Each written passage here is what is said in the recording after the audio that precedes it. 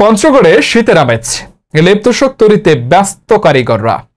পঞ্চগড় প্রতিনিধি মোহাম্মদ গুলজার হোসেনের রিপোর্টে দেখুন বিস্তারিত। হিমালয়ের কন্যা বলে খ্যাত দেশের সর্ব উত্তরের জনপদ পঞ্চগড়। পঞ্চগড়ের চারিদিকে শীতের আগমনী বার্তা শুরু হয়েছে। বর্তমানে সন্ধ্যার পর এ অঞ্চলের জনপদ ঢেকে যাচ্ছে হালকা কুয়াশায়। শিশির বিন্দুতে ভিজে যাচ্ছে শাকসবজির ক্ষেত সহ ঘাস ও গাছালির লতাপাতা। এ জনপদে শীতের প্রকোপ বাড়ছে ধীরে ধীরে।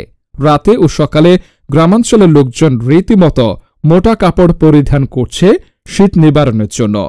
প্রতিবারের মতো এবারও এখানে শীতের তীব্রতা বাড়বে এমন আশঙ্কায় লেপ তোশক তৈরিতে ব্যস্ততা বেড়েছে কারিগরদের। ধনী ও মধ্যবিত্ত শ্রেণীর মানুষরা শীতের প্রস্তুতি হিসেবে লেপ তোশক তৈরির জন্য ভিড় করছে কারিগরদের দোকানে। কেউ কেউ কারিগরদের বাড়িতে নিয়ে গিয়ে লেপ তোশক তৈরি করে নিচ্ছেন আগাম।